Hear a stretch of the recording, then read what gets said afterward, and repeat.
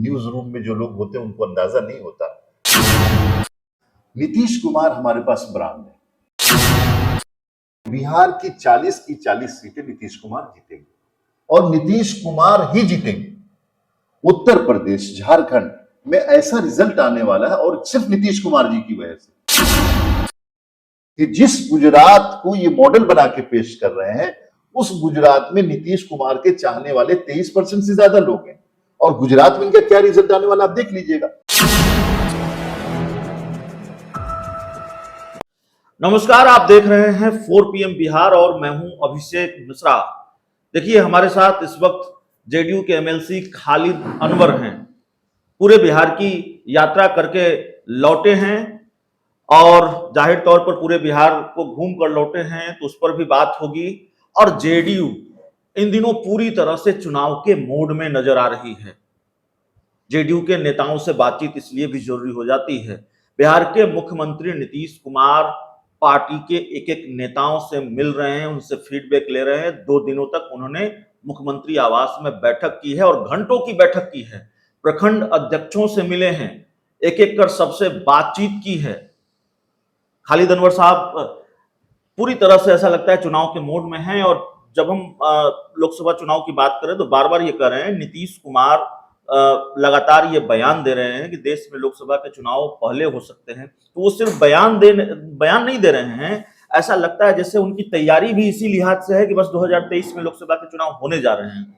देखिए, देश को आज के दिन जरूरत है और पूरे देश के 130 करोड़ लोग इस बात से के लिए तैयार हैं कि भारतीय जनता पार्टी की कुनीतियों से देश को कैसे मुक्ति मिले। और किसान हो, नौजवान हो, बेरोजगार हो, बिजनेसमैन हो, सभी लोग बहुत त्राहिमाम हैं और भारतीय जनता पार्टी किसी का सुनने को कोई तैयार नहीं है। ऐसे में नीतीश कुमार जो एक समाजवादी नेता है और जिन्होंने अपनी जिंदगी लोगों के लिए खपा दी है, अपनी फैमिली लाइफ हो, अपनी प्राइवेट लाइफ हो, सब लोगों के लिए उन्होंने खपा दी। तो ऐसे नेता की जिम्मेदारी है कि वो देश के मूड को समझें, देश के लोगों की परेशानियों को समझें और आगे आए। आज नीतीश कुमार जी ने बिल्कुल महात्मा गांधी का रोल अदा किया है। जिस तरह महात्मा गांधी साउथ अफ्रीका से चल करके आए और अंग्रेजों के खिलाफ उन्होंने सत्याग्रह शुरू की और हर चीज का बलिदान दिया उन्होंने, ठीक नीतीश कुमार ने भारतीय जनता पार्टी के खिलाफ महात्मा गांधी की तरह खड़े होकर के, अकेले खड़े होकर के आज से 1 साल पहले उन्होंने आवाज दी और आज पूरा देश नीतीश कुमार की तरफ उम्मीद भरी निगाहों से देख रहा है। जनता दल यूनाइटेड की तरफ उम्मीद भरी निगाहों से देख रहा है। बिहार के लोगों की तरफ, यानी पूरे देश में ये कहा जा रहा है कि बिहार के लोग अगर उठ खड़े होंगे तो भारतीय जनता पार्टी को जाना ही पड़ेगा। तो इसकी तैयारी चल रही है और बड़े पैमाने पर चल रही है और आप लोगों को अंदाजा नहीं होगा, न्यूज रूम में जो लोग होते हैं उनको अंदाजा नहीं होता कि देश में क्या चल रहा है। आज देश का के 85% लोग ये चाहते हैं कि भारतीय जनता पार्टी से हमको मुक्ति मिले और जिस हाल में भी मुक्ति मिलनी हो मिले। अब ये लोग तरह तरह के ड्रामे कर रहे हैं। ये लोग मंदिर मस्जिद करेंगे, हिंदू मुस्लिम करेंगे और जैसे उद्धव उद्धव जी ने कहा किसी ट्रेन पे हमला करा देंगे, किसी मंदिर पे हमला करा देंगे। लेकिन मुझे ये लगता है कि देश पूरी तरह से तैयार है इसके लिए। आप कुछ भी करा दें, आप कितना भी पोलराइज करने की कोशिश करें, लेकिन आपको सत्ता से बेदखल होना ही पड़ेगा। पूरे बिहार में आप घूम रहे हैं, घूमे हैं, ऐसा क्या टास्क मिला है नीतीश कुमार से आपको कि पूरा बिहार आपको घूमना पड़ा, पूरे बिहार का भ्रमण लगाना पड़ रहा है? नहीं, देखिए, ये हमारी विचारधारा का हिस्सा है। हम जिस विचारधारा को लेकर के जीने वाले लोग हैं, नीतीश कुमार, वो महात्मा गांधी की विचारधारा है, वो सरदार पटेल की विचारधारा है, डॉक्टर अंबेडकर की है, मौलाना आजाद की है। और उस विचारधारा का हनन हो रहा है। जो हमारी लोकतांत्रिक मर्यादाएं हैं उसकी हत्या की जा रही है। पार्लियामेंट्री डेमोक्रेसी को खत्म किया जा रहा है, पार्लियामेंट को हाईजेक कर लिया गया है, संविधान बदलने की कोशिश हो रही है। कोर्ट, सुप्रीम कोर्ट जो इंस्टीट्यूशन है, ईडी है, सीबीआई है, इनकम टैक्स है, होम डिपार्टमेंट है, इन सब का मिसयूज हो रहा है और मिसयूज इसलिए हो रहा है कि लोकतंत्र को खत्म किया जाए। हम लोग जो समाजवादी लोग हैं, जो नीतीश कुमार के लोग हैं, वो बैठे नहीं रह सकते। हम लोग त्याग के लिए आए हैं, तपस्या के लिए आए हैं और समाज के लिए जीने वाले लोग हैं। हमने बिहार में घूम करके श्री नीतीश कुमार जी के आशीर्वाद से बिहार में घूम करके ये देखने की कोशिश की और समझने की कोशिश की, लोगों को ये बताने की कोशिश की कि अब वक्त आ गया है कि हमको सड़कों पे आना पड़ेगा, हमको निकलना पड़ेगा, देश को के लिए लीड लेनी पड़ेगी और देश का लीडर बनना पड़ेगा बिहारियों को कि आइए निकलिए। जिस तरह महात्मा गांधी के सत्याग्रह को हम बिहार ने कामयाब किया और अंग्रेजों को खदेड़ दिया यहाँ से, अब हम लोगों को एक नई सत्याग्रह इन काले अंग्रेजों के खिलाफ चलानी पड़ेगी ताकि देश को इनके जुल्म से, इनके अत्याचार से और इनके भ्रष्टाचार से मुक्ति मिले। जेडीयू के राष्ट्रीय अध्यक्ष ललन सिंह का एक वीडियो बड़ा वायरल है, बहुत चर्चा में है, जिसमें वो ये कह रहे हैं कि नीतीश कुमार जैसा नेता मिला है बिहार को, जिन्होंने बिहार का नेतृत्व किया, अब देश के नेतृत्व के लिए वो तैयार हैं। इसके अलग अलग मायने निकाले जा रहे हैं। आप समझाइए, जब ललन सिंह ये कह रहे हैं कि नीतीश कुमार देश के नेतृत्व के लिए तैयार हैं, देश के नेतृत्व करने वाले नेता हैं, तो उसको हम जैसे पत्रकार किस नजरिए से देखें, उसका मतलब क्या है?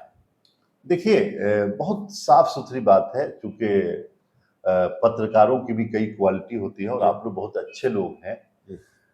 बहुत साफ बात है, नीतीश कुमार ने आज से 1 साल पहले जब भारतीय जनता पार्टी को सत्ता से बेदखल किया बिहार में, उसी दिन ये तय हो गई थी बात कि नीतीश कुमार जी अब देश को लीड करेंगे और बातें हुई, निकले वो और उन्होंने लीड किया। आज पूरा विपक्ष अगर एकजुट है तो उसमें श्रेय किसको देंगे आप? नीतीश कुमार को देंगे ना। उन्होंने ही लीड लिया है, किसी और ने लीड नहीं लिया। सबसे मिल करके, बात करके और सबको एक जगह बैठाना कोई मामूली बात नहीं है।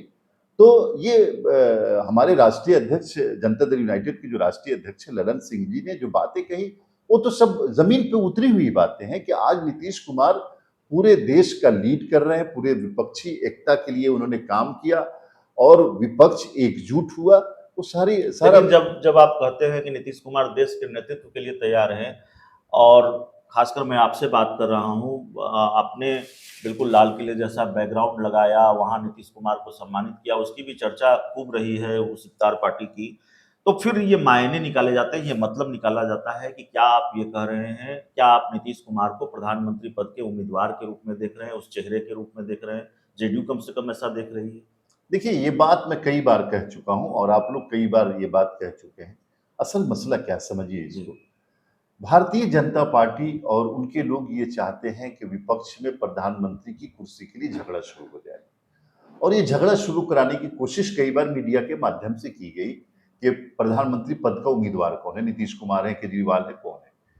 चूंकि तमाम पॉलिटिकल पार्टियां इस बात पे बिल्कुल सहमत हैं और एक कलेक्टिव लीडरशिप की बात हो गई है कि हम लोग कलेक्टिव लीडरशिप में इलेक्शन लड़ेंगे, प्रधानमंत्री का कोई चेहरा नहीं होगा, इलेक्शन के बाद चेहरा सामने आएगा।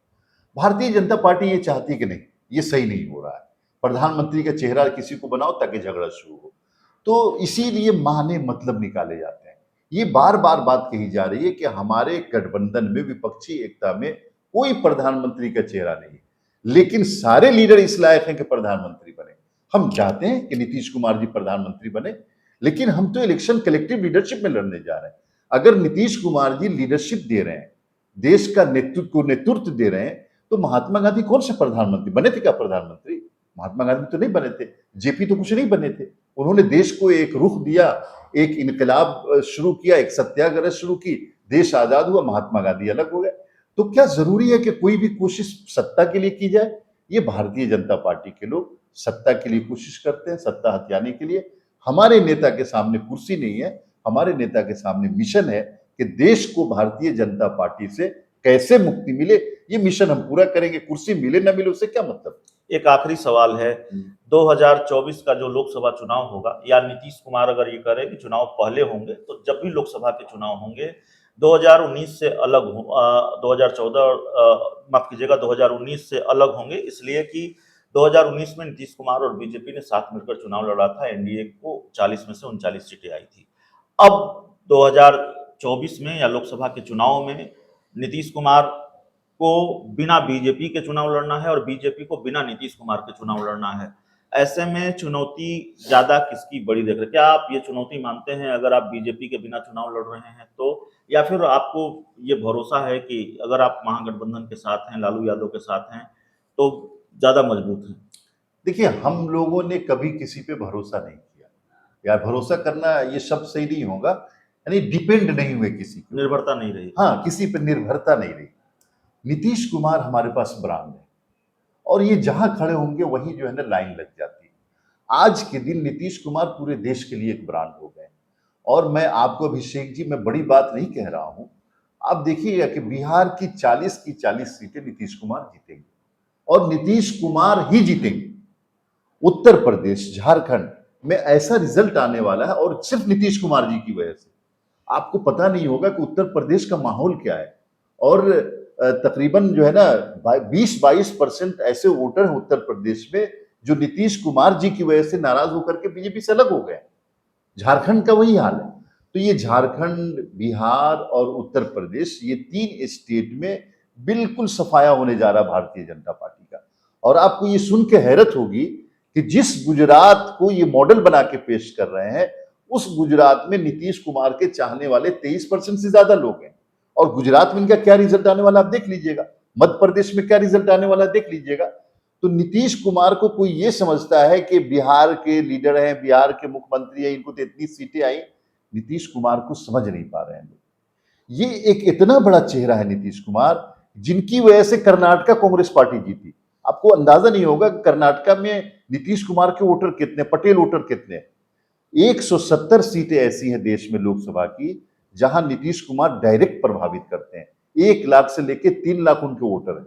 तो भारतीय जनता पार्टी खत्म हो रही है, 100 से कम सीटें आएंगी उनकी, और बिहार, झारखंड, उत्तर प्रदेश से तो बिल्कुल इनका सफाया होने वाला है। चलिए, हमारे साथ खालिद अनवर थे, जेडीयू के एमएलसी हैं, पार्टी के कद्दावर नेता हैं, और एक पहचान यह भी कि नीतीश कुमार के विश्वास पात्र सिपाह सलारों में से एक हैं। बड़ी बात कही है, गणित समझाया है। जेडीयू के मुताबिक क्या गणित है जिसके आधार पर यह दावा है कि भारतीय जनता पार्टी खत्म हो रही है 2024 में, और देश की 85% आवाम भारतीय जनता पार्टी को हारता हुआ देखना चाहती है। बहुत बहुत धन्यवाद।